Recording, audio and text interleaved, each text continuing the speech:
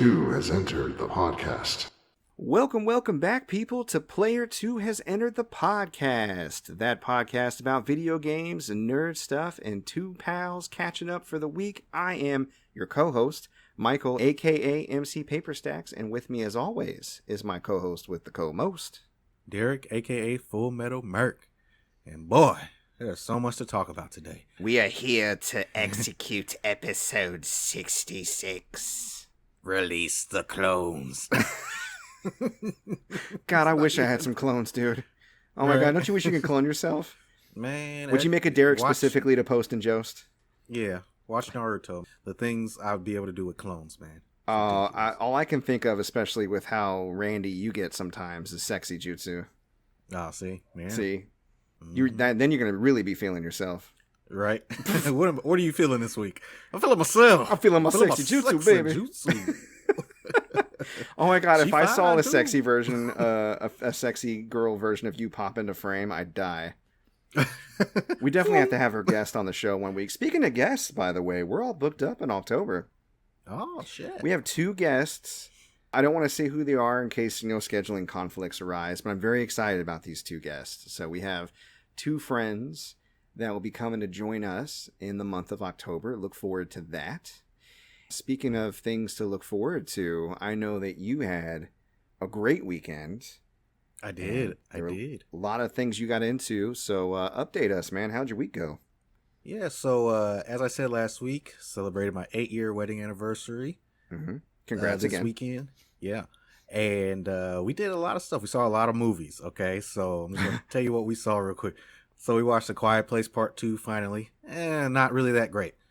Actually, not good. It was not good. Compared to the first movie, it was meh. Fair. We saw Candyman. Okay. Candyman. Really enjoyed Candyman. I'm down with Candyman. Stop. You've already said it 4 times. Oh shit. No. Are you kidding me? And I'm over here looking into the mirror. You're looking right at your face. I mean, that's practically a mirror, I think. Right. And the crazy thing is, after we saw the movie, okay, I started referring to it as Seaman because I was like, Seaman. Oh my God.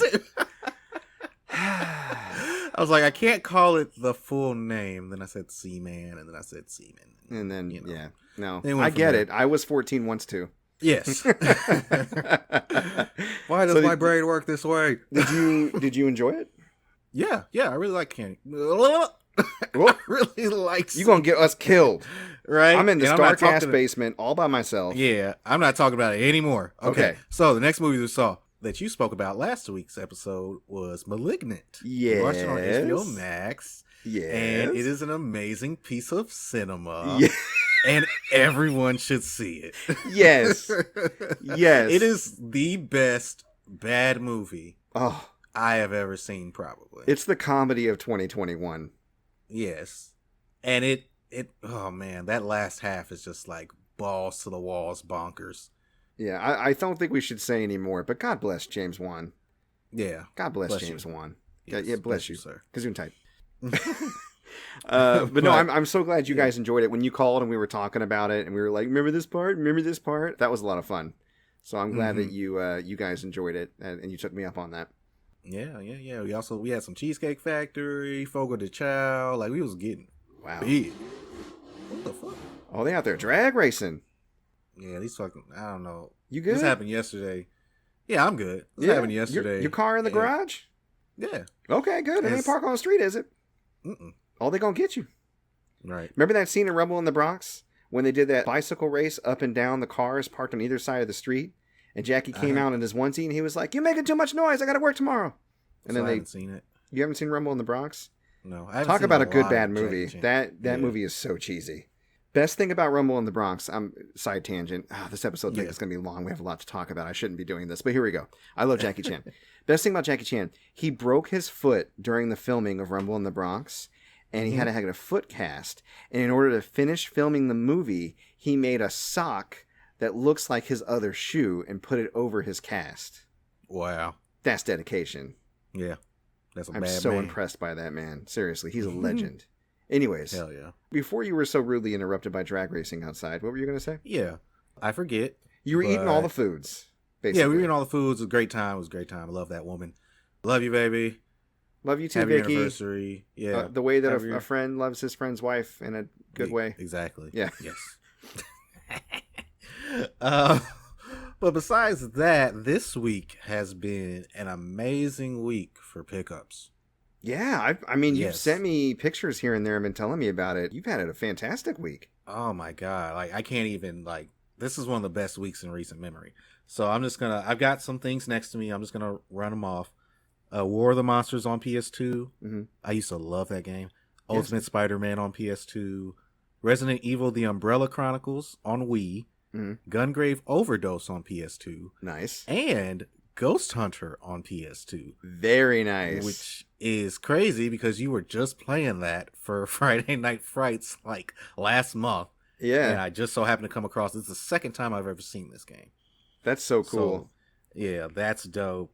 Teenage Mutant Ninja Turtles 2, the arcade game on NES. I've got it box and game. No manual, unfortunately. But the box is cool. Yeah.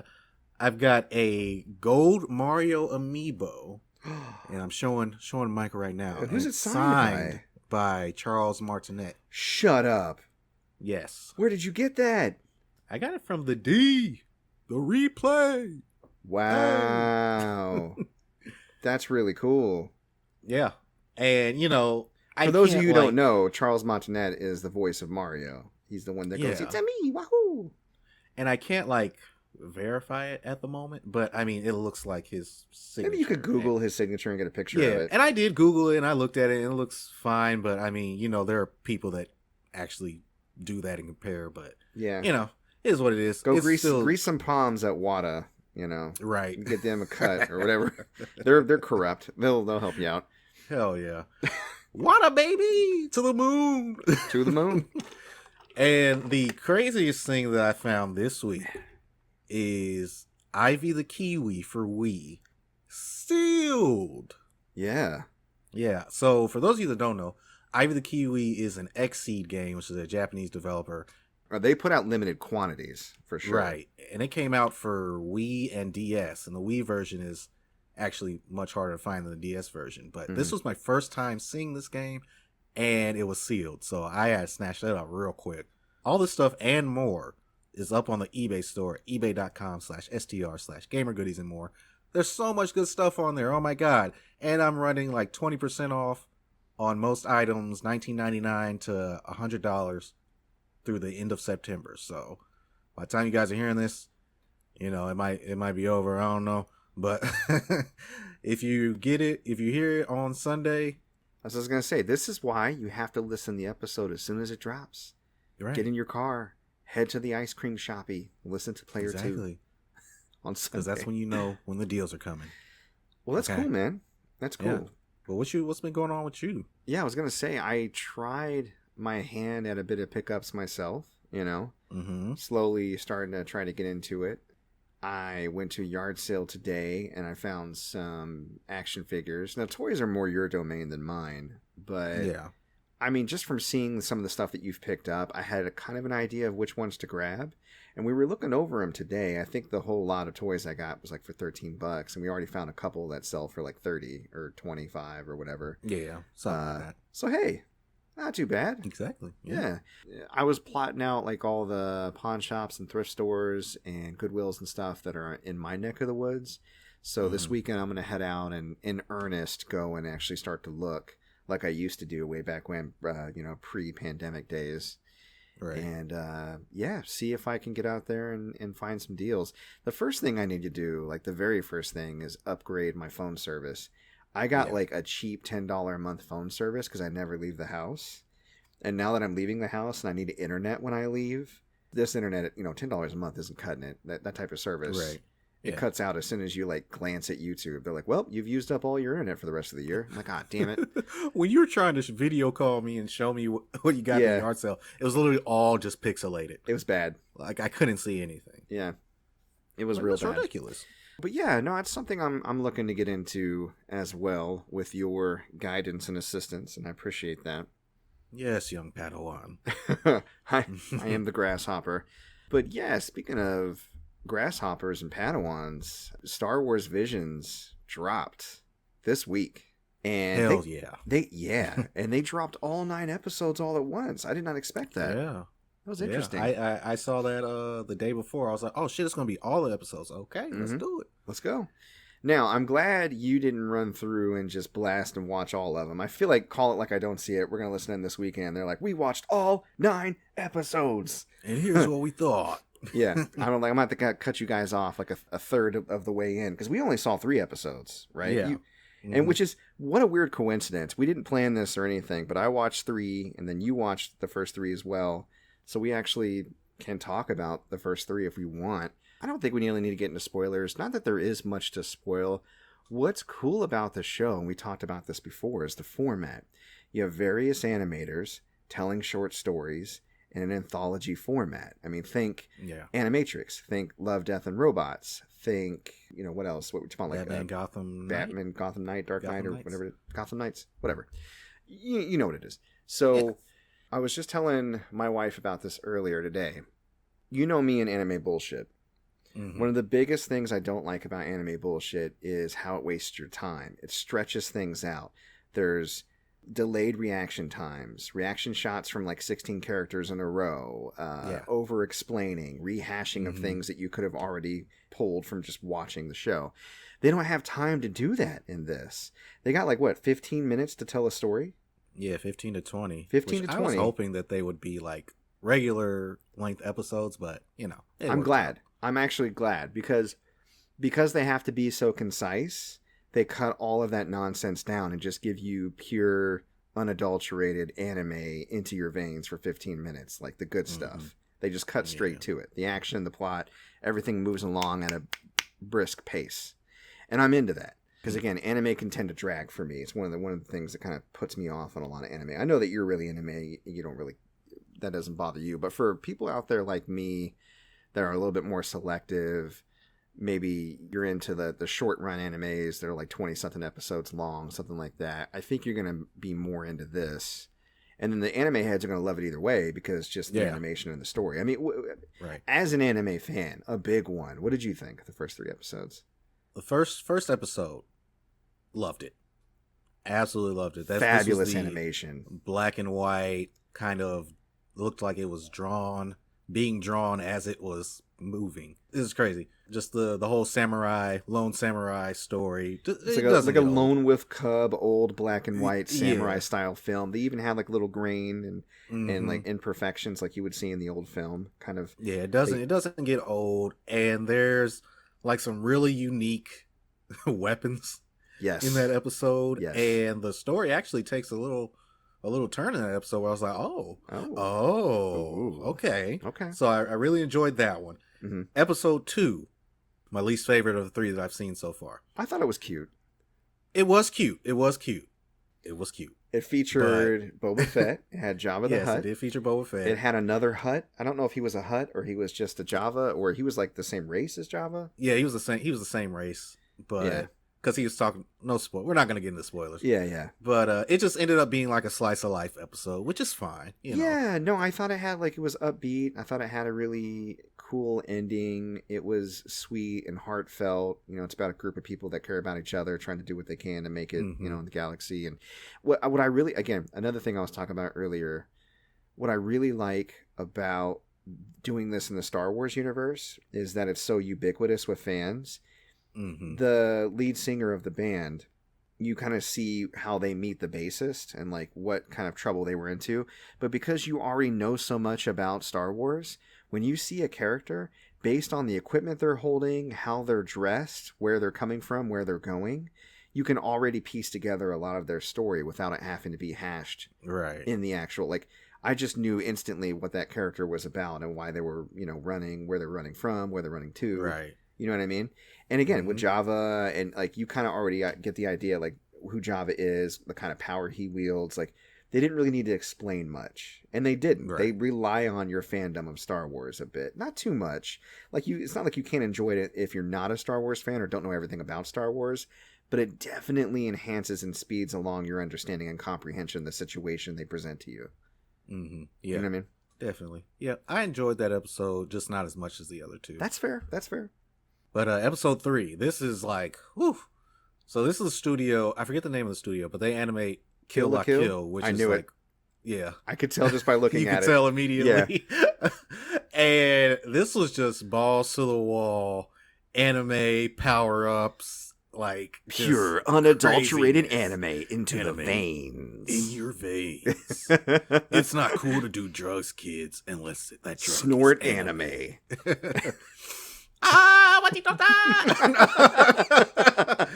It's 9,000. But yeah, oh my god, It was wild. The animation on this episode was crazy. Mm-hmm. The story was nuts. Mm-hmm. The voice acting was Over the top. Yeah, so the male character was voiced by Neil Patrick Harris. I recognize his voice. I was going to look at the Yeah. voice characters, but I didn't. Who was the main female lead? Oh man, I think it was. She sounded really familiar. Is What's she her a name? popular I think voice it was- actress or just I a think it was popular... Amidala. The who's the woman that played Amidala? Natalie Portman. I think it was Natalie Portman. You think it but was don't Natalie quote Portman? me. I think it was Natalie Portman. I feel like it was. Interesting. Even though she wasn't playing Queen Amidala, obviously. Right. Not in episode 3. Oh my goodness. Anakin. But yeah, it was crazy. It was just that pure anime that we all love. And I think at that point we both were like, okay, that's a lot. This episode was a lot. This I'm is a gonna good time to stop take a watching break. now. Yeah. I'm just going to take a break for a sec. Yeah, I was like, whew, I okay. was like, oh god, Come back I'm to too the next high. screen. And right, yeah, I just sunk into my chair. Too much anime. What did they put in that anime? Where are the chips? Give me some brownies. I need munchies. Oh shit. Spicy anime. So yeah, no, it's I didn't ask for it. I didn't know I wanted it. I love it. I appreciate it. Yeah. And it's something that you can go back to and watch Mm-hmm. over and over if you want. And it'll be just a short little burst of anime. Yeah, with a little bit of Star Wars on it. Let's Yeah. sprinkle a little bit of Star Wars on it. But yeah, man, that's Star Wars. Mhm. I think next we're going to be talking about What If Episode 7? What if we did? Yeah. Well, Yeah. if we did, we would be talking about what if Thor was an only child. Mm. And this episode was just a straight up comedy. Yeah. Yeah. Yeah. And it did not. It didn't hit for It you? did not jazz with me. Yeah, it Mm. didn't jazz with me like the other episodes. I'm sorry. Like it was good for what it was, but what I've come to expect from What If is some really engaging story Mm-hmm. and some decent action, you know. But this one was just like too heavy on the comedy. Mm. Way too heavy on the comedy. Mm. And then we go back to, you know, base level Thor from like the first movies where he's just like kind of like a bumbling idiot, but at the same time he's kind of charming, you know? Yeah, it's interesting because it's kind of like what Thor would have been had they had the current direction of him in mind in the beginning. Because in the very beginning, it was all these and thous and thou oughts. And he was a little bit of a meathead, but he was more Shakespearean. But, you know, nowadays, he's not bumbling, but there's definitely, they've realized that Chris Hemsworth has comedic timing and he works Right. better if he's put in comedic situations. They kind of scaled that version of Thor back and then removed what they would describe as the adversity from his life, which is Loki, right? Right. So they're imagining Thor growing up privileged, spoiled, and adversity free. Yeah. And this is what we get. We get party Thor, right? Right. And then Thor's like, Mom's leaving for the weekend. It's risky business on Earth. Let's roll. You know, let's go to Midgard and tear it up. It's funny that you said that, you know, what we come to expect. At this point, up to this episode, I've realized to expect nothing because the episodes have been so wildly different. I tried to come at it with logic, and that doesn't really work sometimes. And I've tried to come at it with, you know, certain expectations, and then they just get dashed from episode to episode. And again, I almost wish that this was an anthology with different animation types, because if it was, we would be more receptive, I think, to the wild changes in tone that we're getting with these episodes, right? Yeah. I didn't mind it. It wasn't my favorite either, but I just kind of sat back and I just let it wash over me. I was like, this is what we're doing. I was Here like, we are. I was kind of sitting there on my phone. Like every other episode, I was like glued to the TV. Mm-hmm. I was like, what's going to happen next? This one, I was just like, Yeah, it Scroll was on Facebook. not a whole lot of They did consequences. some, There were they cool did some cameos. interesting things. Yeah, they did. They did. Yeah. It's not like this episode was devoid of any kind of creativity or coolness. Captain Marvel shows up. That's cool. Yeah. We didn't What get they to did see with her Loki yet. was my favorite. Yeah, I was like, what they did with that's Loki cool. was pretty I was cool. like, that's fucking cool. Um, And there were a few times I laughed out loud. yeah, no, I got. So like I said, it wasn't a bad episode. Just like I said, from what we have already seen, it's all the way at the bottom. Yeah, well, I think by now we all have like what we've come to want out of What If, or we got an idea of what's possible, what we like and what we don't like. Oh man, most previous episode of Call It Like I Don't See It, AD ripped into What If. I think he might be done with the series now because he hated the zombies episode, which is sad. I know I like the zombies episode. He hated the Killmonger episode. And he was like, bro, if episode 7 isn't, I'm giving it one more chance, 3 strikes. If episode 7 isn't good, then you can just let me know if I need to watch 8 or 9. I was like, damn. And, it's funny. I think because Gamer Friends recently came out with their podcast, they were talking about it too. And they said it's hit or miss. It's been hit or miss with a lot of people. And they don't really feel like recommending it to people as something you need to watch until you do. Because they're getting the impression, and I kind of do as well, that eventually some of these stories will be continued in some kind of format. They're priming us for different storylines. So you don't really have to watch What If as a Marvel fan until you do. You know what I mean? Right. Mm-hmm. So again, it doesn't feel like a waste of time to me. I'm still interested to see like what's going to happen every week, what the flavor of the week is going to be, whether I'm into it or not. And again, as far as logic, if you really want to think hard about it, you're like, if you move this one piece, would all of this really come out this way? Probably not. But in a universe of infinite possibilities, you can't restrain yourself like that. You can't go down that road. You just write a story and go with it. I mean, we did our own What If gaming style, and we weren't trying to predict what would actually happen, but the possibilities were still fun to discuss, right? And I think that's what we're looking at here. Just one of many infinite possibilities. Some of them are going to hit, some of them are not, because they're swinging for the fences on a few of these, Yeah. And this episode did what a few of the episodes have done, which is gave me a more interesting post-credit scene. Yeah. Where it's like, no, I want to see that. No! I know. I was like, whoa, more of that, please. What if this, please? Come on. Yeah. And I'm sure they're like in season 2, they're going to continue on that storyline. Could be. But, or because you don't show me that. Yeah. And again, we're entering, I mean, you talked about it before. You wanted to see some new characters. Yeah. You wanted What If to show you new characters. There you go. Yeah. I mean, kind of new. Well, I mean, new versions, certainly. But yeah, we're entering the multiverse. We're entering the age of Kang the Conqueror. Things are going to get a little wacky, for sure. Mm-hmm. And things are going to be pulled. I mean, look at Spider-Man that's coming up. You know what I mean? Yeah. That's opening the door to a lot of bullshit. So this What If is going to be a lot more plausible or possibly affecting into the main MCU than we probably even know right now. So. Oh, yeah.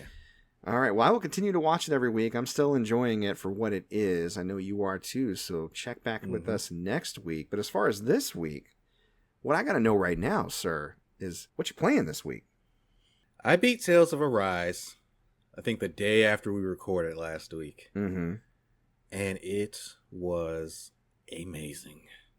They stuck the landing, huh? For me, they stuck the landing. So here's the thing with Tales games and most JRPGs in general, there's a lot of anime bullshit in it. And, it's just what we come to expect. We talked about that last week, yeah. And, yeah. It hits you with that, and I love every minute of it. Like, okay.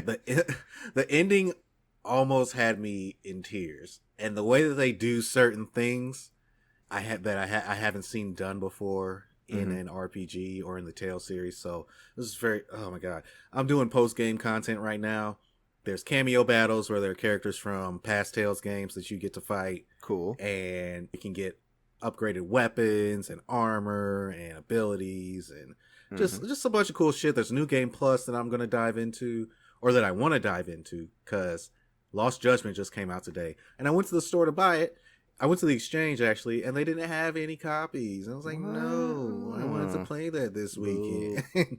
So I'm going to have to wait on that. But maybe this weekend I can do some New Game Plus or just finish out some side quests for my current cleared game. Mm. But I can't recommend Tales enough. If you're a fan of JRPGs, you need to play Tales of Arise. Michael, you need to play Tales of Arise. It's on the list. I'm a little bit listless right now when it comes to like my next big thing.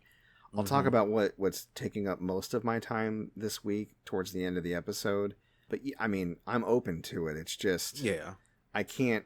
Right now, for whatever reason, I can't pick a direction. I can't. Yeah. I'm just. It took me about 45 hours to beat that game. Mm. And this was doing like side quests, all the side quests along the way and stuff. So, other than that, I picked up Monster Hunter Stories 2. Okay. Finally. Because this was one that I was going to pick up like as soon as it came out. And then the other things just, I started playing other stuff. You could have just borrowed mine. But, shit, I forgot you had it. Yeah, I got the special edition. It doesn't matter. I want my own. Okay. And I'm 2.5 hours in, and I'm really enjoying it. Like, the frame rate is kind of abysmal sometimes, but it is a Switch game. And that's the thing. Going from PS5 to Switch is like, it's so painful. It's low times and frame rate. It's just like, oh my God. Oh, that's rough, buddy. Why did it have to be a Switch OLED? Why couldn't it have been a Switch Pro? Yeah, like we're not asking for 4K, but can we get some frame rate and some load times in this piece? That's it. That's all I need is frame rate. Can you just put like an OLED onto an SSD, slap some controllers on the side? Oh my God, please, Jesus. I need it. But yeah, it's so weird. Like going straight from Tales of Arise, which is JRPG, to a JRPG on the Switch, it's like night and day load times, night and day frame rate. But I mean, Monster Hunter Stories, it has its own charm and it's cute, and also you've got cool moves you can do and shit, and the monster hatching part of it is really fun. Yeah. And there's some unique outfits you can get with the amiibos. You should visit me and unlock those sometime. Bring your Switch over. I like unique outfits. And I I had to make my main character black as hell. He black as fuck, man. Ooh, he black. And I love it. Yeah, his features are white, but his skin is black. Right. I hate that when they have like the skin tones, oh my God. But then the features are Anglo, and you're like, well, what? Yeah, and then the two hairstyles that we get is afro, which overlaps the headband, and cornrows. So they don't even try to fit it into the headband that the character wears, and cornrows. Yeah, every time. I got cornrows. I don't care. Yeah, I mean, if you got the choice, yeah. Right, but I'm really enjoying it, and it's gonna be my little nighttime game that I play when I go up for bedtime. Oh, and I also, I also tried out the Bluetooth for the Switch, the Bluetooth speak. Did you connect your Raycon earbuds? Yeah, I connected my Raycon earbuds, and it's There were a few times where like the sound was just like sputtering. So it is laggy, like I said last week. The reports are true. Okay, well, you heard it here, folks. Player 2 tested it.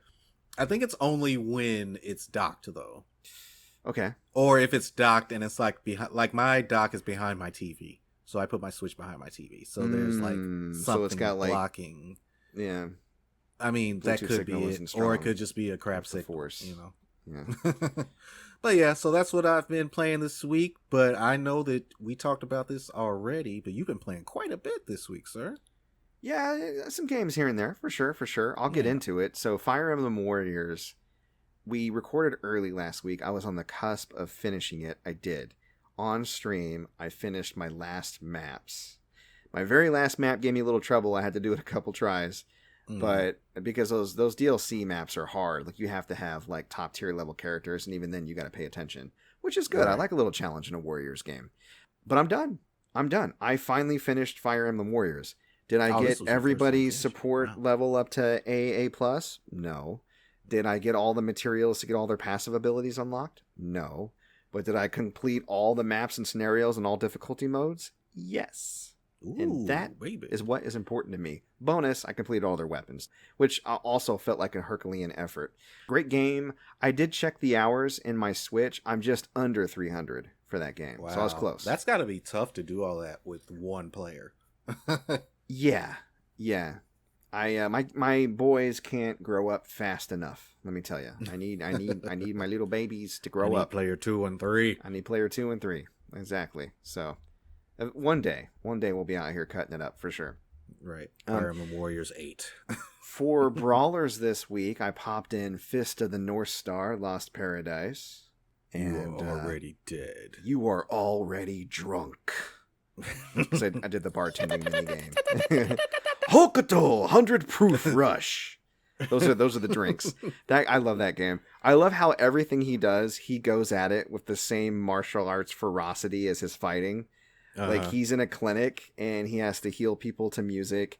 He's a bartender, like he does all this extra stuff, and he puts his whole martial arts style into it. Yeah. It's great. It's great. So I got a TikTok video out of that, which I thought was a lot of fun. But I mean, what can I say about Fist of the North Star that hasn't already said? I will say this: I haven't played it in a few years because it came out a few years ago. I think like in 2018. Mm-hmm. And it looks great, runs great on the PS5. Load times are pretty swift. The New Game Plus, even on hard mode, is super easy. Like I have him not all the way maxed out level wise, but as much as you would if you went through the game once. And he's just too strong. Yeah. I even fought a boss, and the boss, gave me a little trouble, as in I couldn't defeat him in a couple of seconds. But as long as I was able to dodge around him, and I've been playing a lot of Judgment lately, so again, it translates well. I was able to take him down pretty easily. That's how I kind of ended the stream on Monday. So, cool. I don't know. I still think it's fun to do New Game Plus, but I wish it was a little bit more challenging or made me use more of my moves, so to speak. Yeah. That's one of those games that fell into my backlog. Like, I was playing it, and then it was just like, eh. Yeah. Well, we talked about how Yakuza-style games do that sometimes. Yeah, they be like that sometimes. And it's the same developer, and it for all intents and purposes, it's Yakuza with a Fist of the North Star coat of paint over the top of it. But yeah, which I mean sounds amazing because it is. So go play it if you haven't. It's really cheap on PSN. I played a new game that dropped on Game Pass called I Am Fish. I Am Fish. Yeah, one of our TikTok friends was showcasing it. I don't remember who. I don't know if it was Why You Should Play or another channel, and I'm sorry that I forgot who it was. If you're listening and shout me out. But yeah, they were featuring I Am Fish, and I was talking back and forth with them about it. Maybe it was Retro Gamer. Anyways, so I hopped on, and basically, it's really cute. In the beginning, you're like this cute little Pixar-looking fish in a pet shop, and you have 3 other fish you play with. And then the 3 fish get taken away, and then you're in the fishbowl by yourself, and you kind of bump into the side of your circular fishbowl, and it rolls forward. And you realize you can roll your fishbowl, because it's enclosed, and roll your way out of the shop and try to get to the ocean. So it becomes like this kind of physics-based puzzle game where you're trying to roll through town and not like fall and crash your fishbowl and die because you run out of oxygen. And Ben got really obsessed with watching me play it. He's like, let's play the fish game. I'm like, oh no. Why do you always latch on to games I only want to play for like a day or two? We're done. Right, I'm done. But the cool thing about I Am Fish is it's got a fair amount of challenge, and then when you get to the ocean with one fish, you get to play as the other 3, and they have various abilities. Like there's a puffer fish who, when he puffs up, he can kind of bounce a bit and roll really fast on dry land. So if he's trying to get from pond to pond, he can puffer up and be able to roll quickly without running out of oxygen before he gets to the water again. Or if he's at the bottom of a lake, he can puff up and it'll give him a boost, which launches him out of the water so he can reach high places, stuff like that. So it's fun for what it is. Like I said, it's a little puzzle game you can probably complete in a weekend, but I enjoyed it. Nice. I played Skatebird. Been talking about Skatebird. Skatebird! They did not do Tony Hawk, unfortunately. You can play as a hawk, but not Tony Hawk. We picked a cardinal, our Skatebird, and our Skatebird. And Skatebird. And it's cool. The birds are tiny, so it's cute to see like a skate park made out of somebody's room with like pencils and folders and different shit like that. Right. But, when you've played something like a Tony Hawk's or a Skate and you are used to that level of refined physics and skating gameplay, whenever you play something that kind of falls short, you notice it pretty easily. And this one, controls-wise and physics-wise, like just misses the mark. Like, it's a novelty and it's cute, and the birds are definitely cute, and the birds are animated really well until they crash, and then they just kind of roll around, which, again, I did a TikTok on that because I thought it was funny. So I don't know if I'd recommend it, but if you have Game Pass, there's no reason not to download and try it, at least, especially if you're into skating games and you like cute bodies. It's very cute bodies. The cute little bodies. And let's see, Friday Night Frights. I play The Evil Within, and I know I mentioned I was gonna play that. Yeah, it's very scary, and it looks fantastic. I forgot how good. Yeah, that game is gorgeous. I don't know if it came through. I just recently increased my bit rate on streaming because I noticed that my videos were coming through a little crappy. So I don't know if it came through on the most recent episode, but I'm doing episode 2 tonight, so that'll be out by the time this is out.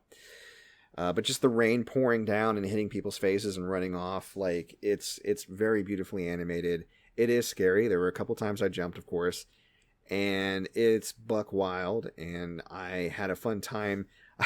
There's a section, and again, I put this up on TikTok. I've been putting a lot of stuff on TikTok lately, but there's a section where I was running from a bunch of zombies, like a big group of them came, and it was like a Resident Evil 4 village moment when you're running to the castle, and a bunch of zombies come at you, and I was like, oh, but there was like a house I missed. What if there's loot in there?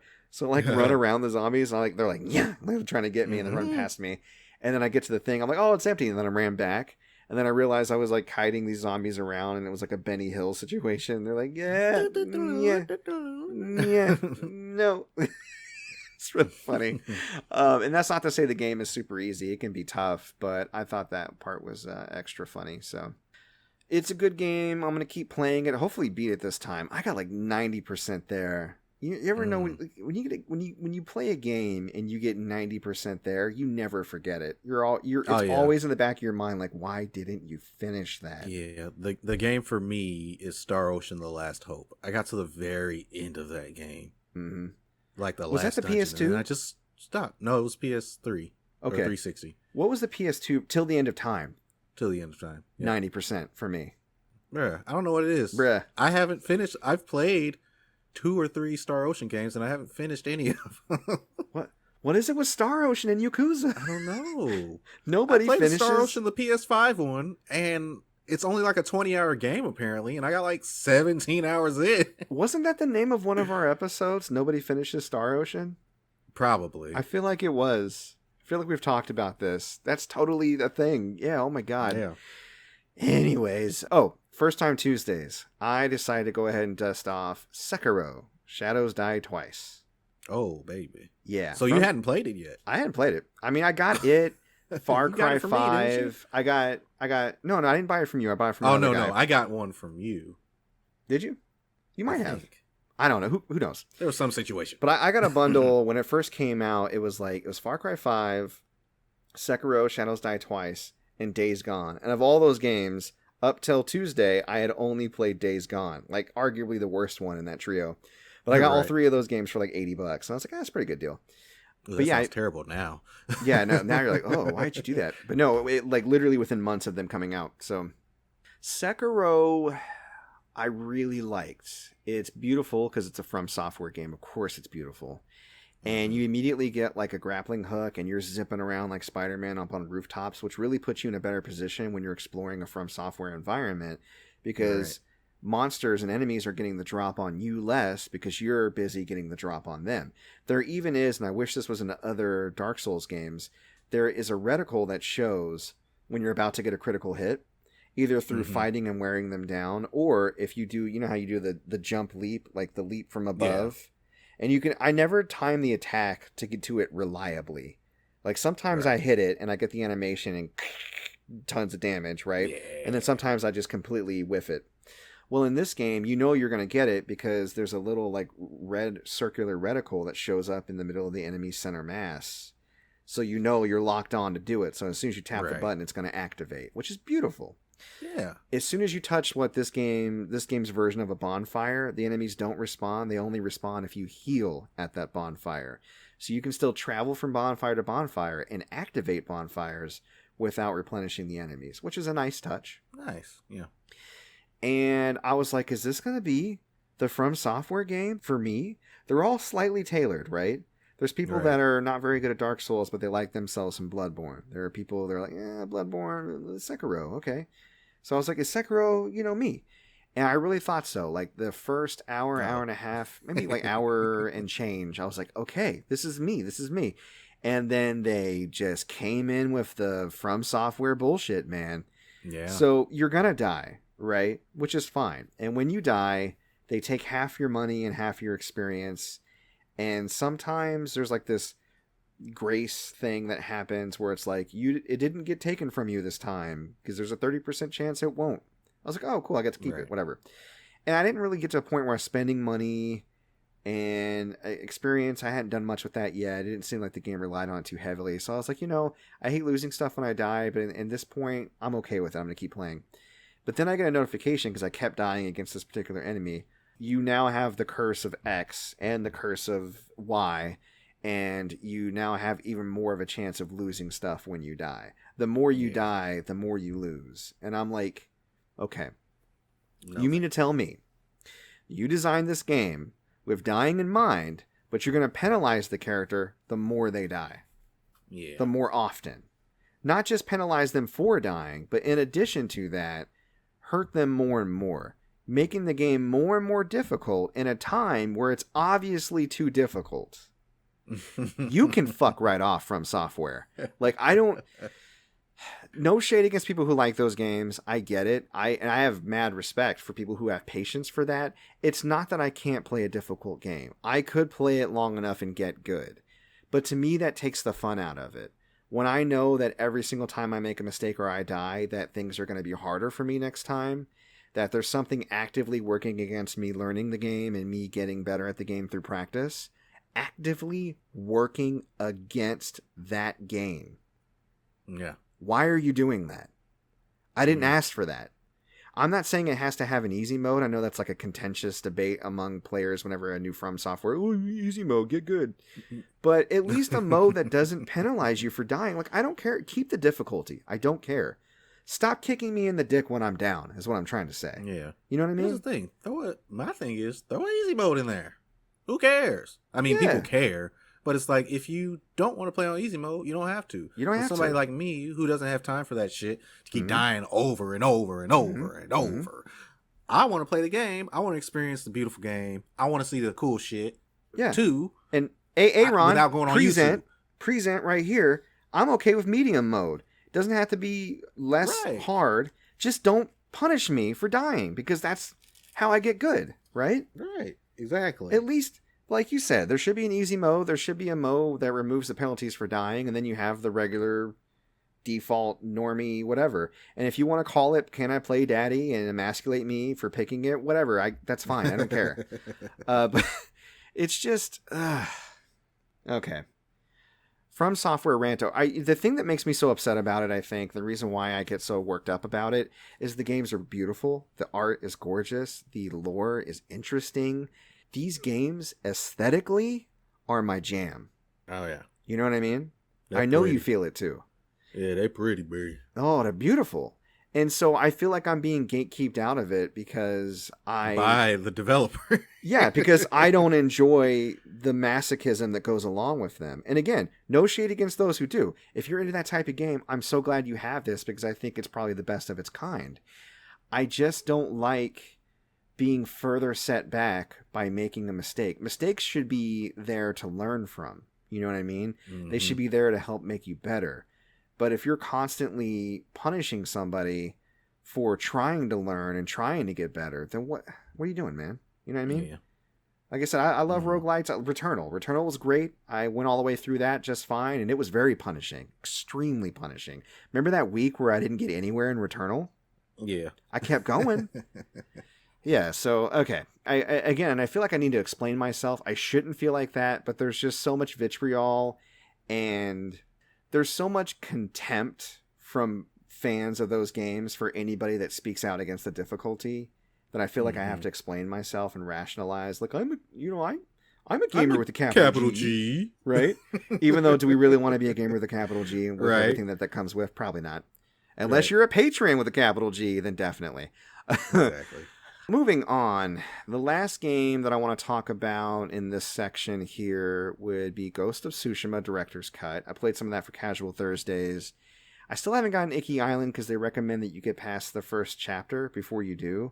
So I just played a lot of story content. The game is so gorgeous. I cannot emphasize enough how beautiful that game is on PlayStation 5. Yeah, like it's noticeable. Yeah, it is. The thing is, it was already really gorgeous on PlayStation 4, right? Right. But yeah, it just hits. It hits, and I feel like I'm getting my parries easier, and I'm able to, like, the frame rate, like, everything is just... Nah. So it really does help, and the game really does benefit. It still feels weird to pay $30 for a game that just came out, you know what I mean? Like, to upgrade it, like, that's hitting a little weird. Xbox, and other people have said it, gamer friends have said it, and a lot of other people who have either Xbox or both systems have said it. Microsoft is definitely treating its customers better this generation, and there's none of that. You need to pay a bunch of money to upgrade your game shit. But they're also not offering the number of exclusives and blockbusters that require that upgrade. Exactly. So, I mean, Xbox One, again, they're indies, they're amazing. The first party titles they do have, they're great. Sony still... We don't hate Xbox, everyone. We do not. Oh no, I love Xbox. I really do. Yes, I wish. we love Xbox. I want Xbox to succeed. I want everybody to succeed so we have that healthy competition. I wish that PlayStation would follow Xbox's example and be nicer, because they're holding all the toys I want. They have all those exclusives that I want, and they're being dickish about it a little bit with all the extra money. Like that whole every other Horizon generation, kerfuffle, they get a big ass head. Yeah, Sony gets a big head. Then Xbox gets a big Xbox, head. yeah, that online only bullshit they were trying to pull. Big as fuck. Nintendo, over here, right? Nintendo's like no. Yeah, Nintendo is off on its own thing. It's like, y'all can hang with me. They're the cool kid who does not need any friends. So, they're like, y'all can join me if you want. I'm just gonna do my thing. I really don't care what you do. And they're like, we want to join you. You're interesting. Yeah, I know I am. You're cool. I know. Yeah, I know I'm cool. I know. Fuck off. Yeah, it's like, should we invite Nintendo? Yeah, it's not going to be the same without them. I hate Nintendo. I hate them too. Let's invite them. Fucking asshole. All right, let's move on to gaming news. Gaming news. All right, we got a few newsy bits before we get to the big thing this week, because it finally happened, the Nintendo Direct. I mean, we knew it was going to happen, but they were getting towards the end of September. I was like, am I going to look like an asshole again? Because I said there was definitely going to be a Direct. Okay, good. There's a Direct. Okay. Yay. And they were like, boom, Direct tomorrow. And I was like, tomorrow? Shit. Okay, fine. Let's do it. Before we get to that, so you probably remember we covered the potential CMOS battery issue with PlayStation 4. For those who don't recall, there was the whole CMOS issue with PS3, and now it's baked in the PS4 firmware. And what that is an internal battery that does an online check for game ownership. And since that battery can run out, eventually physical and digital games are unplayable because they cannot connect online. Essentially bricking your PlayStation 4, like giving it a timetable, right? A ticking clock. Yeah. And we were like, fix that, Sony. Fix it with the firmware update. Please fix it, Sony. And they did. Very quietly this week. No big announcement or anything. Version 9 has updated the PlayStation 4 and fixed the issue with the internal CMOS battery. No more ticking clock. As long as you don't toss it in the pool or something, you can continue to play games on your PlayStation 4. Yay! Awesome. Right? So, well, the fact that was something that even needed to be fixed in the first place is just like... It's a little ridiculous, huh? Yeah. Yeah. So, what are you going to do? Alan Wake. So, the Alan Wake remastered game that was recently announced was rated in Brazil for Switch. All right. So I don't think it was previously announced coming to the Switch, but it looks like it probably will come to the Switch. Hooray! Now, is it going to be Alan Wake remastered, or is it going to be just Alan Wake? Because you know how they do with Switch. Well, we're going to talk about that in a few, aren't we? I don't know. Yeah. Alan Wake remastered doesn't seem like it's the behemoth that, say, a like full-scale remake would be. Mm-hmm. So I think it's going to me, if I were to guess, remastered. But again, just Alan Wake was rated, so I don't know. We'll see. Right. All right. Nintendo Direct. So a lot of stuff was announced. Some stuff we have opinions on. Some stuff we don't. So what I'm going to do is I'm just going to run through the list. If something interests me, I will talk about it. If something interests you, you can interrupt me and talk about it, and we will go from there. Sound good? All right. Let's rock. Nintendo Direct.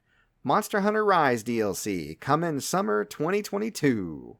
Cool. Mario Party Superstars. Online play support October 29th. Hope the online is good. Yay. Voice of Cards. The Isle Dragon Roars. A new card-based RPG by Square Enix, dropping October 28th. It does look interesting to me. I like the fact that the overworld is made of cards too, and I like the art. We'll see. And I believe Yoko Taro is involved as well. It's getting the side eye. It's getting the side eye. Disco Elysium, the final cut, digital version on October 12th, a physical coming in 2022. Hyrule Warriors, Age of Calamity, Expansion Pass, Wave 2, October 29th. New story content, new stages. Pura and Robbie, a playable character together, it looked like they paired up, I guess. Another mystery playable character, additional actions for existing characters. You immediately get it if you've bought the expansion pass like me. I'll be looking forward to playing it. I'll probably stream it. Yay! Chocobo GP. It's basically looks amazing. It's basically Final Fantasy Mario Kart, and it's coming in 2022. Gonna buy it. Now, I thought for sure yesterday they were going to do the announcement of the final Smash character. But at least they addressed it. They didn't pull like a Nintendo the Nintendo where they just pretended it didn't exist. They're like, hey, y'all are probably looking for that final Smash character. It's coming. Sakurai is going to do a presentation on October 5th. So, my prediction, Monster Hunter character. And then, surprise, if you bought both fighter passes, you get Waluigi for free. And we were trying to remember, because we had done our predictions on a previous episode, we were trying to remember what your predictions were. You had your main character and your bonus. I think you said Sora. Yeah. I think I said Sora. Do you remember what your bonus character was? I have to go back and listen to that episode. Yeah. Listeners, if it was good, though. Yeah. No, I think our predictions were pretty solid. I was into it. So we'll it was Busby. Bubsy 3D. So we'll see. Complete with tank controls. We'll see what happens on October 5th. Looking forward to it. Okay, here's a big one. Kirby and the Forgotten Land. Oh my god. Fully 3D platforming Kirby Odyssey is coming. Yes. Spring 2022. It looks awesome. I can't wait. Yes, it looks so good. Yeah, there hasn't been a 3D Kirby game since Crystal Shards on the 64. Mm-hmm. Like that's crazy. Mm-hmm. And it looks really good. And I think the side scrolling Kirby was getting a little stale. I didn't even play Star Allies. It's Kirby, but I didn't even play Star Allies, even though I kind of wanted to. But I played the demo. It didn't grab me. I didn't know anybody else that was going to get it. And I think it probably shines better in multiplayer, Yeah, and I played Return to Dreamland on the Wii, and I actually really enjoyed that one. But yeah, I can't wait. Day one. Let's go. Kirby, right back at you. I can't wait. That's all I have. So we have an update for Animal Crossing. I mean, anybody that's ever played Animal Crossing ever knows what it is, but they kind of hinted at it. We're basically getting the Roost with Brewster, the coffee shop. It's going to be added to the museum. Now, they didn't say that, but they played the music and they showed the symbol. And they said that there's going to be a specific direct for Animal Crossing in October where they're going to do a full reveal. So if you're a big fan of Animal Crossing, stay tuned in October for that direct. And can they do me a favor and stop announcing announcements? Dog, I heard you like announcements, so I put some announcements in your announcements. Right. I think it's kind of like when movies do a teaser or do an announcement, a trailer for a trailer. Okay, it's like but the trailer for Venom will to be out. To be fair, I was so hype for the teaser we got for Wolverine. Like tease me. Right. I mean, that's fine. Because that's something we haven't seen before. But they're like, we're going to tell you something about this at this time. But to be fair, it's going to be an expanded thing giving you a ton of information. Yeah. And we know what they're going to reveal. Plus, there could be bonus stuff. So I get where you're coming from. But I was like, I'm okay with it. Yeah. Yeah. The announcement with the announcement. Announcing the announcement. Nintendo Direct, the announcements. So they announced more free DLC from Mario Golf Super Rush. We got Koopa Troopa and Ninja, which is great. Support our Troopas. And 2 additional courses that should be out right now, I believe. Mm-hmm. So if you are playing Mario Golf, get out there and, download the update. Get yourself some new characters and shit. Sounds great. Disney Magical World 2, the Enhanced Edition, was announced. I think it used to be a 3DS game. Moving on. Star Wars. Oh, yeah. Star Wars Knights of the Old... This made me laugh out loud. Star Wars Knights of the Old Republic, the original game, is coming to the Switch on November 11th. Oh, yeah. What an ill-timed announcement. It's like just after the remake was announced for PlayStation 5. Who the I mean, 20-year-old. I know it's on the go. People, whoever wanted to play it, probably already played on Xbox. I guess if you don't have a PlayStation or an Xbox, and you really like Star Wars, that Venn diagram, which there's some people in there. There's some people in there. So good for you. But to me, I was like, I've had access to that version for so long, and now I'm waiting on the remake. I could not care less about that. Yeah. So, but somebody will. Somebody will, and good. Hey. We're happy for you. Dying Light 2, Stay Human, Cloud Edition, which, of course, February 4th, 2022. And they're dropping a demo, so you can check to see if your connection is, pretty good or not so good. It's probably not. Probably not so good. And then Dying Light Platinum Edition, which I don't think is a cloud version. That's coming out October 9th. So you get a little Dying Light on the go. Not bad. Yeah. I don't know if I would pay $60 for a game I could get for $10, but, I want an inferior version as well. Yeah, they didn't say they're going to charge 60, but I mean, they're charging 60. Come on. Yeah, no, thank you. And then remember Project Triangle Strategy, that really poorly named strategy game in the 2D HD series from Square Enix that we all got to play a demo for last year? Yeah. Well, guess what? Wait, was it last year or earlier this year? It was earlier this year. This year's been going slow. God damn, this year's been long. Yeah. So that game, well, guess what? They finally named it Triangle Strategy. Is what they went with. Because that evokes fantasy, and I just have to play that. I'm very interested. That sounds like I envision a group of dude bros with backwards hats, hashing out how they're gonna get laid in front of a club. Okay, bros. Right. Project Triangle Strategy. Let's go. There's 3 kingdoms, so 3 points, make a triangle. And it's a strategy game. Triangle strategy, baby. Oh, that's so sweet. I was being very crude with my analogy of a triangle, but then you took it to the actual shape. That's cute. Mm-hmm. Aw. You. Anyways, I'm actually looking forward to the game itself. They talked about how they fine-tuned the game based on the feedback from the demo. A lot of different details, difficulty modes. I just want to say some of these things should have already been thought of and not been. They were like, we're adding, thanks to your feedback, we're adding a difficulty mode. Yeah, thanks to your feedback, we decided to have sound. We know that you really like sound, so we put sound effects in our game. You're welcome, gamers. So, right. Thanks for your feedback. This game would have been awful without you. Yeah, wow. We never even thought of putting the color red in this game. Nice job, gamers.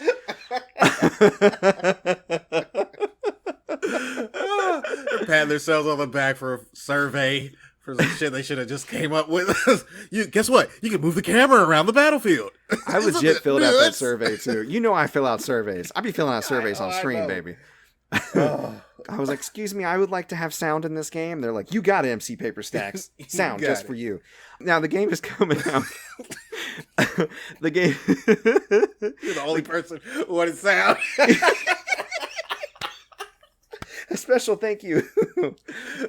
Oh my god. You're going to be in the special thanks section. Yeah, I know. Sound design, contributions, MC Paper Stacks. So the game is coming out when everything else is coming out, spring 2022, specifically March 4th. So I'll be picking that up for sure. I'm looking forward to it. Oh, shit. Metroid Dread got a nice, fat, juicy trailer that made me actually really excited for the game, much more than I was before. And that's ahead of its imminent October 8th release. So those are looking forward to it. It's coming. It's coming quick. Hopefully I can get through Monster Hunter before then. Yeah. Another big beefy boy, big chunky chunk news. Nintendo Switch Online expansion. Now, we're getting details soon. We're not sure how much more expensive it's going to be. I'm on one of those quote-unquote family plans with my friends. My friend's family. So I'm paying like maybe $2 or $3 a year for Switch Online. So if they raise the price from like 20 to 30 or 40 or 50, there's like 7 of us. I'll be fine. Yeah. But here's what they're going to get. With the expansion tier comes a selection of Nintendo 64 games. Nintendo 64! Wow! Pew, pew, pew, pew, Wait, no, pew, that was pew. Crash. Right. Wow! And Mamma mia. and Generation Y and Zoomers could not be more pissed. They're like, F you, FN64. But boomers like me, excited. Yay. I'm into it. Yay. Me I love too. retro Star games. Fox 64 is on there. Yeah. Oh, run down the list. Do it.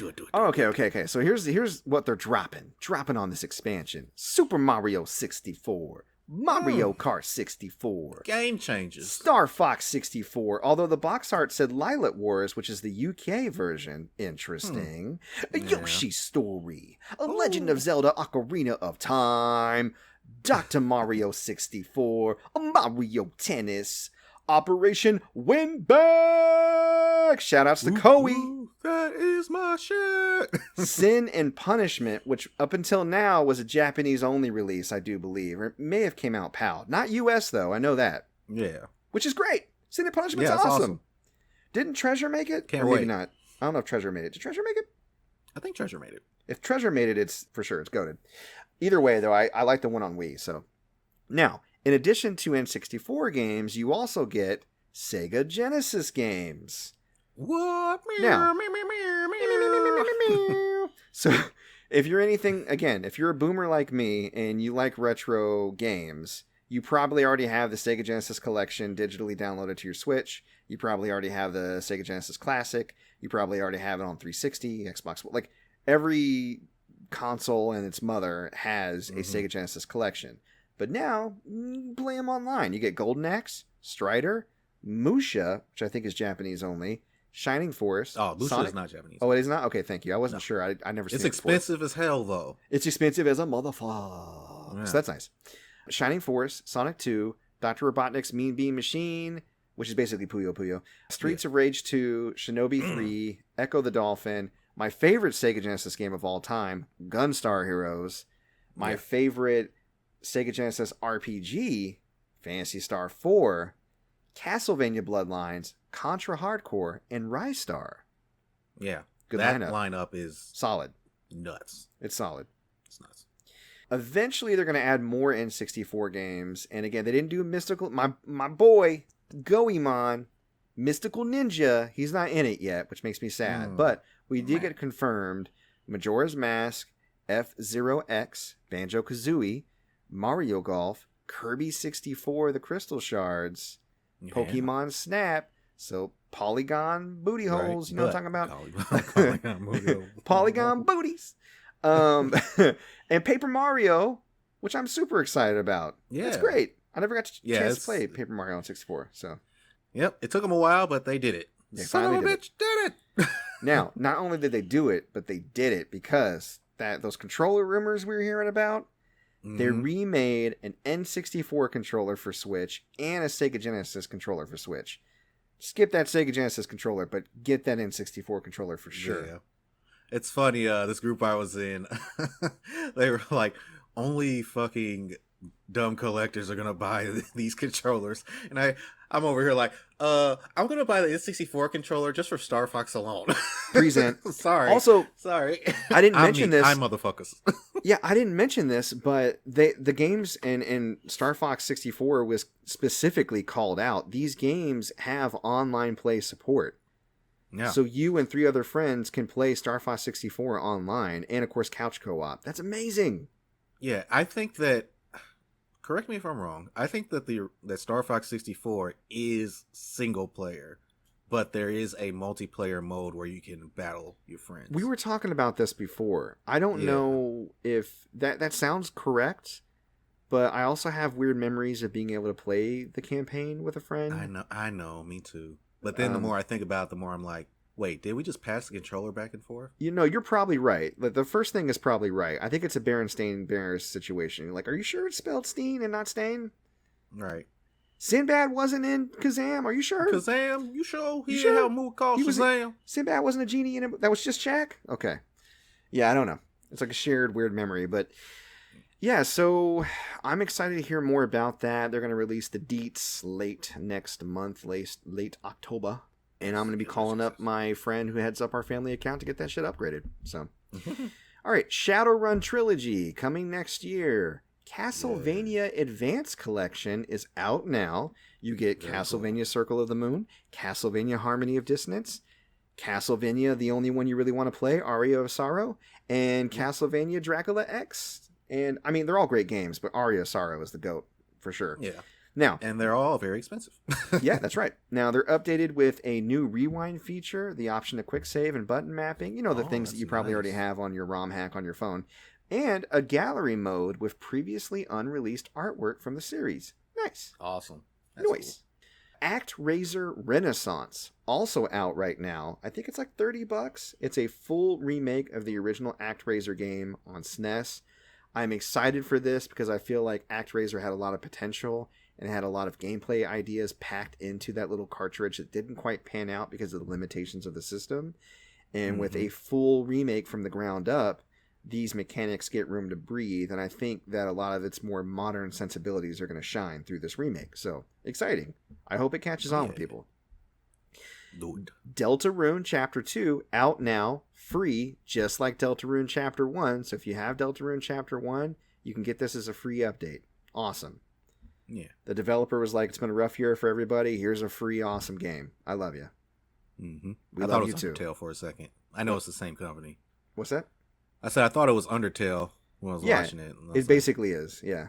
Yeah. It's like the spiritual successor to Undertale. Shigeru Miyamoto popped in to announce a Super Mario movie, which we all knew was like in the works. And they're dropping it 2022, specifically in America first, interestingly enough. December 21st, 2022, with other versions around the world to follow. And he gave a cast list. And I thought I was going to die laughing because I couldn't breathe when they were getting off the cast list. So, I think that all of these, let me just say off the bat, I think talent-wise, all of these actors could do a fine job. I think it's wacky and wild, and whether the movie's really bad or really good, I think it's going to be interesting. But he led off with Chris Pratt as Mario, and he was like, he's so cool. Right, he's so cool, isn't he? It's like, well, yeah, and that hit weird with, I don't know, like the whole thing with his church and the homophobia. I was like, ew, I don't know, but I'm sure he can do the job. I don't know. I'm gonna let that sit. People are not happy for various reasons, and they have every right to be. It's fine. Anya Taylor-Joy, the chick from Queen's Gambit, and I think she was in that's what that was. New Mutants. Oh yes, yep, she was. Yep, she played Colossus' sister. Yeah. Oh, New Mutants. It's okay, but the ending doesn't really stick the landing. Damn. Yeah. She's playing Peach. We have Charlie Day of It's Always Sunny as Luigi, which best casting. That's one of the things I was really starting to laugh at. And then the best casting, Jack Black is going to be Bowser. Yeah. Young Jables. Yeah. He's like, Mario, I took your princess. Peach, you will be mine. He is going to kick your fucking ass. Then we have Keegan-Michael Key as Toad. Oh, yeah. So we talked about this earlier. I said he's going to be a jive-talking Toad. He's going to be Obama. Like, God damn, Mario. He's going to be what the hell happened? Peach's anger translator. Toadstools is my shit. Oh, my God. I can't even. All right. And then Seth Rogen is going to be voicing Donkey Kong. Yeah, it's Stoner Donkey Kong. Cool. Yep, cool. Basically. And then they said that Charles Martinet, the voice of Mario, will cameo in the movie, whatever that means. Some folks are like, oh, he should be playing Mario. But I was like, I kind of get it. I think I see what they're going for. I'm not going to judge it too much until the movie comes out. But the casting is wild. Like, it's wild. So, yeah. I am always learning. So if there's anybody else in the cast list that is problematic, I'm sorry I failed to recognize that. I didn't really look too much into Chris Pratt until I saw the pushback about this. Because I heard some problematic stuff. or that he might have been quasi-canceled, and I was like, I'm tired. Yeah, I'm tired. I'm sleepy. I'm just tired. I can't keep up with the cancellations. And that's not me saying I don't care. Don't misconstrue. I care. I do. Trust me. I'm out here donating and marching and protesting with the rest of y'all. I'm out here doing what I can. I'm just tired. I'm tired of people being bags of shit and me finding out about it. I'm tired of having to like be like, well, I guess I'm not playing Diablo 2. And that doesn't mean like if I learn about it, I'm going to ignore it. But it also means I'm not out here on the internet trying to find out who to cancel next. I'm just tired. Right. You know what I mean? Yeah. Mm-hmm. But I want to shout out Kevin Michael Richardson as Kabek. Yeah. Kamek, right? Or is it Kavik? The yellow magic Koop. Yeah, that's Kamek. Yeah, okay. Kevin Michael Richardson is a very accomplished voice actor, and like the only like actual career voice actor in the cast, which is funny. I mean, to be fair, these other folks, Jack Black and Seth Rogen worked together on Kung Fu Panda, right? Yeah, I know they have voice acted, but like I said, I know what you mean. Voice I know what actor, you mean. Yeah, like he's a pro, so, like Charles Martinet. He's excellent. Yeah, excellent. Cool. Splatoon 3 got a lengthy trailer ahead of its 22. Yeah, I don't care. And then the final thing. So we get a trailer. It's Shibuya. It's getting wrecked again. Is it just me? Shibuya I was mentioning this call. in Shibuya roll call. I was just mentioning this in the Discord I was in when I was watching. Shibuya is like competing to be the next New York as far as getting the most destroyed in media. Right. Shibuya is just getting wrecked every other game. Yeah. Shibuya's getting wrecked. Giant kaiju-like monsters. You were thinking Xenoblade, right? Yeah, I was like Xenoblade, but then I saw the P. I saw Platinum like in the very beginning. So I didn't think Bayo yet because I haven't been hanging on for Bayo like a lot of other folks have. And then I saw the dog from Astral Chain, and I was like, oh my god, a sequel to Astral Chain. That's, okay. Cool. Hey. Yay. All right. And then it happened. Which time? Young Bayo came out. Just old Bayo. Old young Bayo. You know her, you love her. She came out whooping ass, and she quipping, using her hair magic, and then she used a ton of it, and then she started to use kaiju Pokemon to fight the other tall monsters. Yeah. It was beautiful. It was crazy. It was like you said, bombastic. that poor Switch. Right? That poor Switch. That poor If there was ever Switch. a game that needed a Switch Pro, it was Bayonetta 3. They're going to release a liquid cooled dock to put your Switch in when you play Bayo 3. Oh my god, it's going to burn the fuck up. Let it burn. Right. Let it burn. My hands. It's burning. But yeah, Bayo 3. Oh my god. Yeah. 2017 this game was announced. Finally, this is the first trailer for it. I feel like every direct since it was announced, you were like waiting for that Bayo 3 announcement to drop at the end of it. It was like a running joke. I remember we didn't even watch this direct together because I'm always like 10 seconds ahead. Yeah. And so I'm always teasing you like, oh, Bayo. And you're like, what? No, I'm just kidding. And so you're like, I'm getting off the phone before you try that shit. Right. But and then it happened. I would have been able to play that joke, and then it actually would have been true. Damn. Yeah. I'd be like, Bayo, and you're like, shut up, it's Astral Chain. Right. Oh shit, it is Bayo. I can't wait. I cannot wait. It's great. It's gonna be great. Give it to me. Hey, here's the thing about Bayonetta. The story is not good. Like the story. No, you don't want to be constant Bayonetta for the story. It's not good at all. No. But no. When you have a game that is so beautifully made and the gameplay and the action is just so incredible, it's like it doesn't even matter. Nah, don't matter. Like I would argue the Devil May Cry story isn't good. No. Yeah. Not at all. Yeah. God, no. Right. No. Exactly. So I just want to imagine if these games actually had good stories, and then they could be up there. But it doesn't matter because they're amazing. Bayonetta 3, 2022. When that guy slashed 2022, I was like, oh, is it coming out in 2021? Is it coming out today? right. Dropping later today. Shadow drop Bayonetta 3. That is the big... Nintendo. Oh my god. Ooh, Nintendo. Ooh, boy. Ooh, you better not. But I will say this. It made me sad that Bayonetta is Nintendo exclusive because I was like, God, this will look great on my PS5. Mm-hmm. This will look so good. Mm-hmm. Oh, wow. Maybe it'll come to Game Pass. You know, they've been playing nice. To be fair, I mean, you've played a fair bit of Astral Chain. Platinum's pretty good at getting the most out of the Switch. You know what I mean? Yeah, there are some developers, Capcom is a little guilty of this, of not optimizing too well on the Switch. Mm-hmm. But it can be done.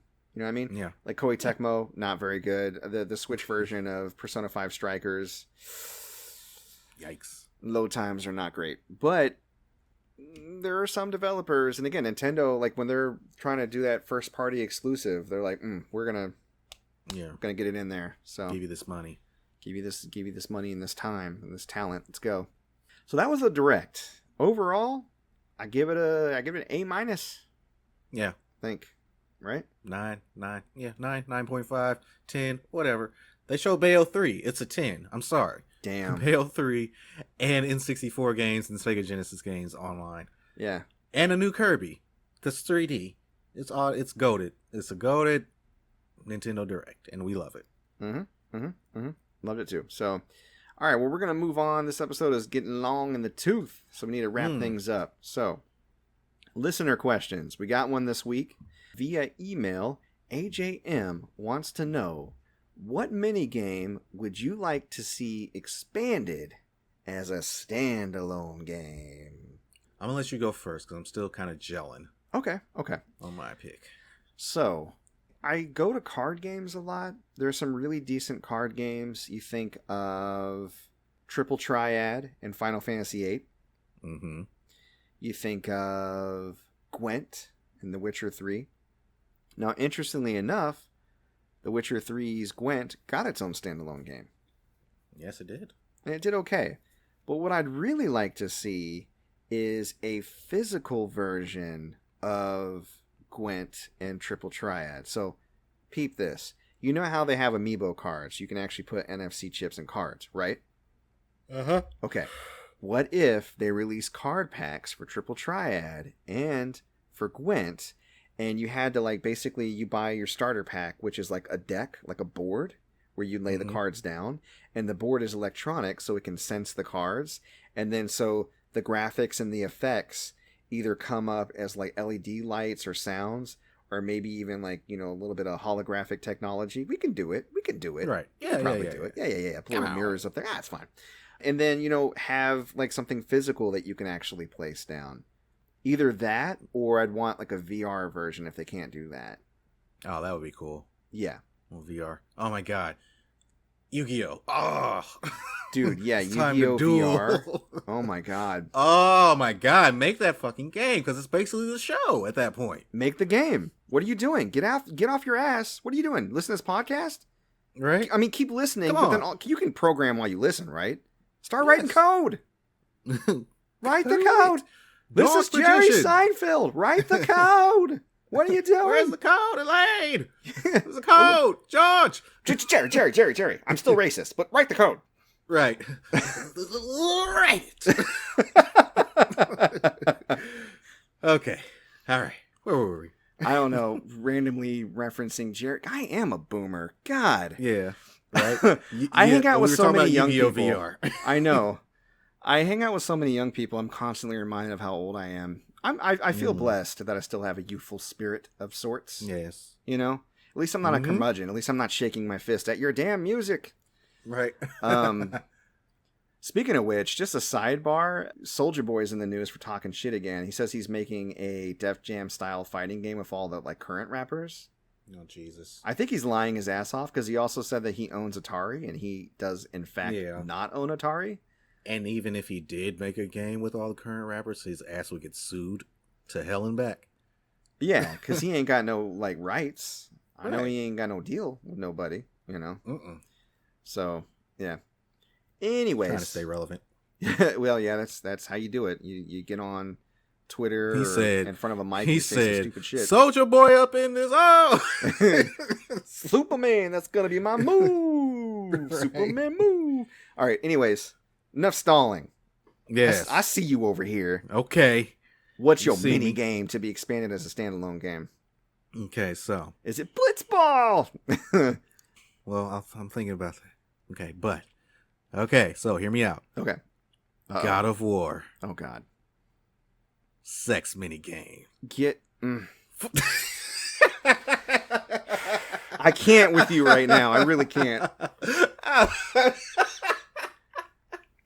Quit bullshitting. I'm just playing. Good. Jesus. Leisure Suit Kratos. It's literally just quick time events the whole time. Right. Leisure Suit Kratos. That's the name of the episode. Leisure Suit Kratos. Make some of gods come loud. Anyways. But yeah, no. Kind of joked about it earlier. Blitzball. Yeah? Yeah, I For think real? that Blitzball could make an interesting full game. Now, I know that the physics of moving through water and stuff, or especially what would essentially be a sports game, would be difficult. But if there is a developer that could do it, then that's something I would be interested in. So you're thinking more of like a live action version rather than turn-based like it is in the game? Yeah. Yeah. I'm thinking, just think NFL Street, NBA Street, any of the street games, but with Blitzball, basically. Because that's all, it's NFL Street underwater. Yeah. Or FIFA Street underwater. But it definitely has to be extra arcade with a lot of magic and Final Fantasy bullshit in it, for sure. Right, exactly. And like you'd be able to like upgrade your kicks with magic or equip certain items to your character, and like I think it'd be interesting. Yeah. It could work. It would depend on the fluidity of the movement that they could achieve with developing it, and just probably graphics too. Or they could just go with a cartoony style. Like the street games. Yeah. But yeah, I think that we joked about it, but I think Blitzball could be actually pretty cool. Okay. Blitzball Street. Well, there you go, AJ. That's what we're thinking. So let us know, listeners, on the social medias or via email if you have a minigame you think you'd like to be expanded in a standalone game. We'll shout you out next episode. And of course, feel free to turn in your listener questions. We're always happy to get feedback from listeners and talk about it on the show. It's a lot of fun. All right. Also, I want to say, you got to start getting me these listener questions before. I got this midweek, and I was like, I was out walking my dog when I got it, and I was like, I need to go ahead and send this message to him, and I started to, and my dog like started to yank me because she's an asshole. And then I forgot, and I'm sorry. You're right. I need to get these listener questions to you quicker. He literally hits me up like right when we're about to record. Okay, here's a listener question. Think about it. Because sometimes that's when I get them, because I don't check my email, for the show that regularly. So a lot of times I'll check it on the day that we're going to record. So I'm thinking about it too, off the cuff. Yeah, you got to start checking on it Wednesday. I told you before we started recording. You should have been thinking about it. Yeah. I don't know what to tell you. I mean, we're talking about all this other awesome shit. God damn it. You're right. Speaking of awesome shit, man, let's wrap it up. What are you feeling this week? I am feeling Shang-Chi and the Legend of the Ten Rings, Marvel's latest movie starring Simu Lee, or Simu Liu. Simu, I don't know his name. Okay. Simu, starring Simu. Okay. And Shang-Chi, the villain in the movie, is the quote-unquote Mandarin. They do some really unique and fun stuff with that character in this movie, and just the movie in general is just kind of like a love letter to old school martial arts films. Oh my god, there's some well choreographed fights in here. Okay. And it's a character that people don't really know, so it's a little bit more surprise out of you when you're watching it, because I'm like, I don't know who Shang-Chi is at all. And by the end of this movie I was like, I'm down with Shang-Chi. Okay, I fucks with this.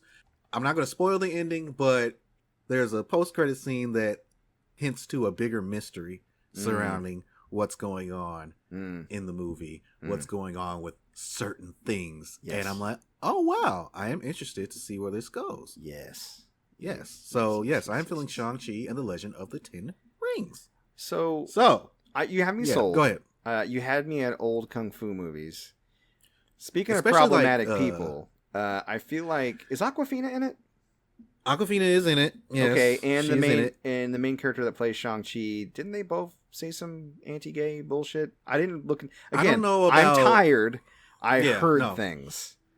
I didn't know about anti-gay stuff for Awkwafina, but I know that the main character, apparently a few years ago, he likened pedophilia to homosexuality. God damn it. And I think, because as soon as we finished it, Vicky looked it up and basically came to the conclusion that it's not what he meant, but the way that he was describing what he was trying to bring forth was just made it seem like, well, yeah, pedophilia is, you're gay, you're gay. If you're a pedophile, you're a pedophile. And that's that. And blah, blah, blah. But yeah, it just goes to show you that your celebrity should keep your mouth shut. Shut the fuck up. Yeah, shut the fuck up. So I feel like he's apologized since then. Don't quote me, but you can all do your own individual research on this. Yeah, again, it's not going to stop me from seeing the movie. Like, I'm going to go see it. It's obviously it's going to stop me for advocating for, you know, good things to happen to this actor or whatever. Like, he sounds like a piece of shit. But again, I'm tired. Yeah. I'm so tired. I mean, and again, from a place of privilege, I feel like such an asshole being tired. I'm not the one being targeted or marginalized by all this shit, and I can't imagine what other people feel. Yeah. Fuck, man.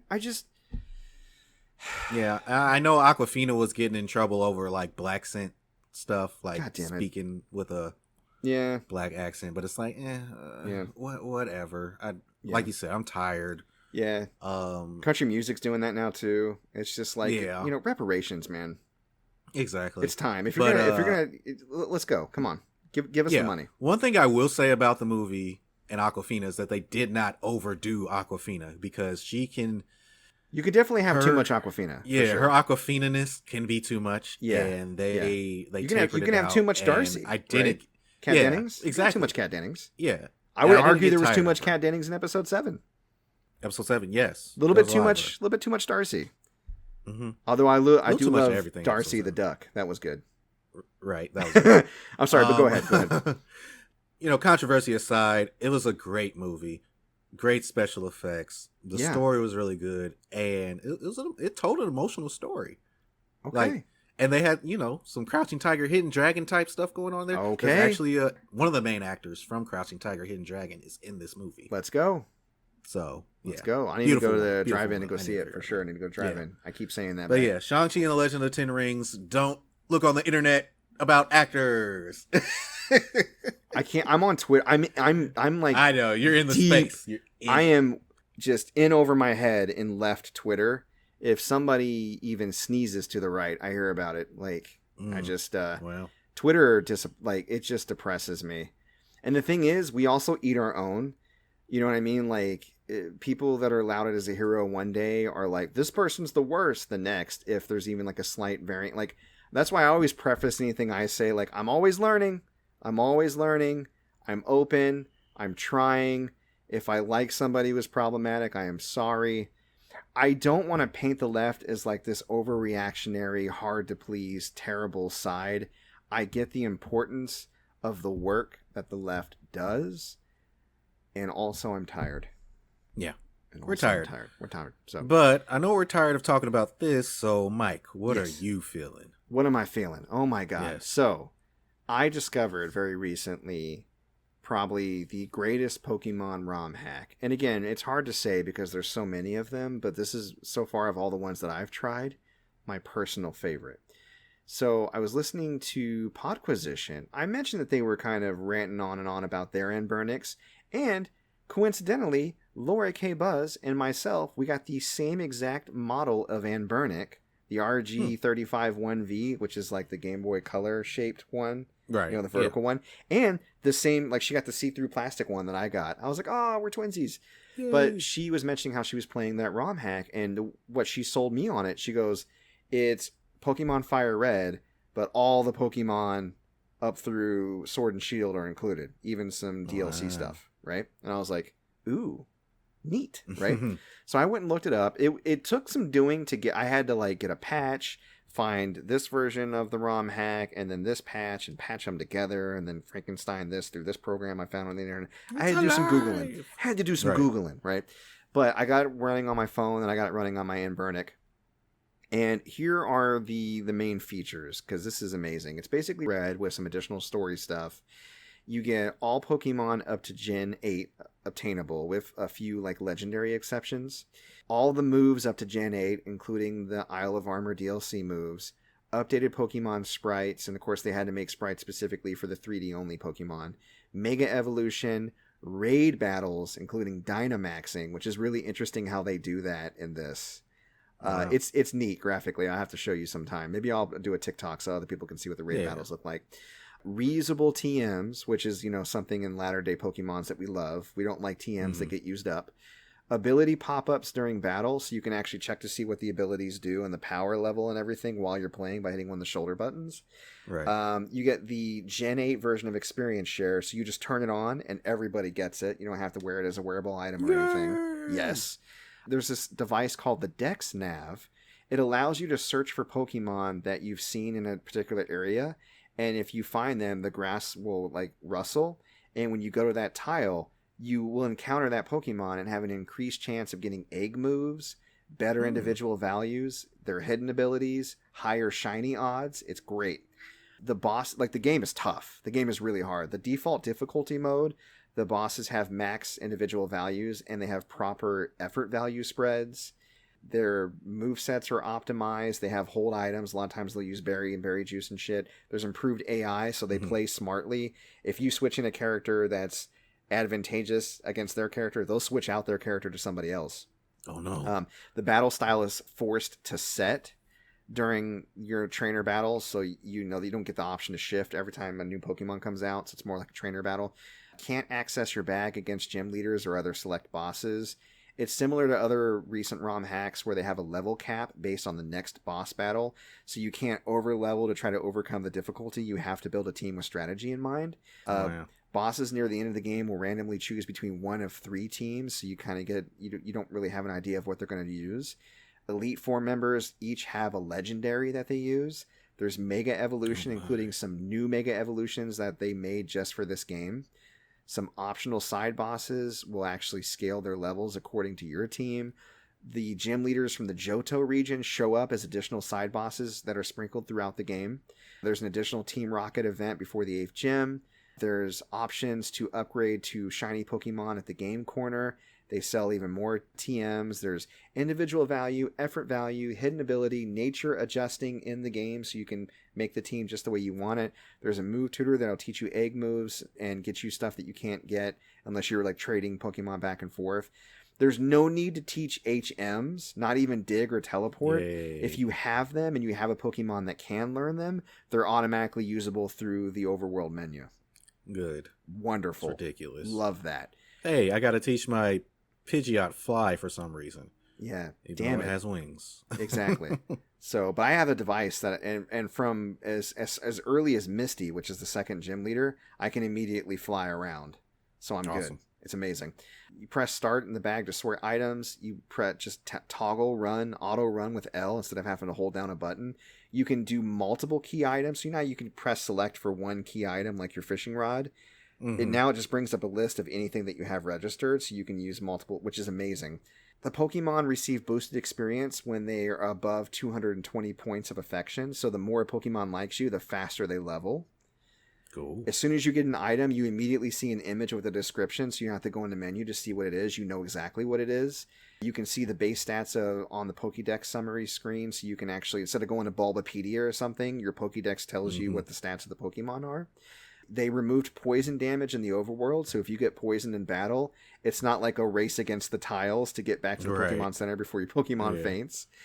Frisk boosts the chance of wild Pokemon holding items. Macho Brace, that EV multiplier, that boosts things to 4 times, 16 after becoming the champion. Consumable items will come back after trainer battles, so if you use berries, you know how they get used up. If you were doing it in a trainer battle, after the battle, they'll be back in the Pokemon's possession. Cool. That's amazing. The catch rate is universally increased after becoming champion. The prices of a lot of items are reduced. Eviolite, which is like an Everstone, but a Pokemon who's not evolved, it'll raise their defense. That also keeps a Pokemon from evolving. Oh, so if you're using that strategy, you don't have to worry about constantly hitting B, which I love. Right. And I mean, I've gone on and on and on already, but I could keep going on and on and on. Those are just some of the things that I notated. Yeah, it sounds like a whole lot of shit. Dude, it's quality of life up the wazoo, plus all the new content. And just cool little... I don't know if you saw the TikTok I put up, but I was in Meridian Forest, I think. Yeah, I think so. And I ran into the male version of the main character from Ruby Sapphire. Oh. And he was like, are you heading to Bronx? So am I. Let's battle. And then when we went into the battle screen, it played the battle music from Ruby and Sapphire. And he played with Pokemon that you would find in that game. And of course, you can find those Pokemon too.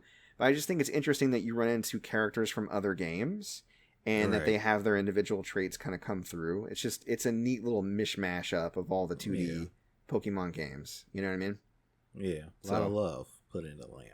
Yeah. So I can probably get it working on your phone if you're ever interested in doing something like that. Mm-hmm. So you can play it from time to time. Because an RPG, I think you don't really need like a Bluetooth controller or anything. Those are the ones that are okay to play on the phone with touch controls. Right. But yeah, I'm having just a ton of fun with it. It's reinvigorated 2D Pokemon for me. Because, I mean, I really enjoyed doing the Nuzlocke that I did for Diamond, but it was a little bit of a slog to go back and play an older game. Right. But this, I don't even see the age just because there's always something new around the corner and interesting. And I like the way that they demake everything to have it fit with, modern sensibility. So yeah, especially seeing new sprites and stuff. That's probably what get me. It's neat to see Gen 8 Pokemon in sprite form. You know what I mean? Yeah. And all the new animations and stuff they added for the moves and everything. It's really cool. So awesome. All right. I think that's a show, man. I think that's a show. All right. Well, we're going to give it up to our sponsor, Anchor, but don't change that dial. We'll be back to close it out. And we're back. And we already came up with the title of the episode. I love it. So you'll see it, of course, when you're listening to this. But I think we figured it out. Good stuff. Good stuff. All right, speaking of good stuff, all those amazing pickups this week. I know you already mentioned it, but mention it again, this time with gusto. If the people are interested in the video games, the goodies, the more that you got going on, where can they find you? They can find me on the eBay store at ebay.com/str/gamergoodies and more. On Instagram at gamergoodiesmore and Twitter at goodies_more. And don't forget, we upload new episodes to our hub at anchor.fm/player2isenter the every single Sunday. But our podcast is also available on other platforms like Breaker, Google Podcast, Overcast, Pocket Cast, Radio Public, Apple Podcasts, and Spotify. You can find us on all the social medias, tiktok.com/@player2isenter the facebook.com/player2isenter the YouTube, Player2isenter the podcast, and subscribe, follow us, like us, get notifications. If you want to support us, you can do that at patreon.com/player2isenter the Contact us via our social media or email us at mcpaperstacks@gmail.com if you have listener questions, guest suggestions, feedback, etc. You can follow me personally on Twitter at MikePetersonAL. I do Twitch streaming every week, twitch.tv/mcpaperstacks, Mondays, Tuesdays, Thursdays, Fridays, horror games, beat 'em ups, new stuff, and all of my archive streams go straight to YouTube at MC Paperstacks Plays. And that, ladies and gentlemen, is our show. Ooh, it's a big one. He's a big boy, bigger than usual lately, and I'm happy for it. I think we did a good one, and I hope you enjoyed it. We love you, we appreciate you, and we will see you next week. Bye-bye. Peace.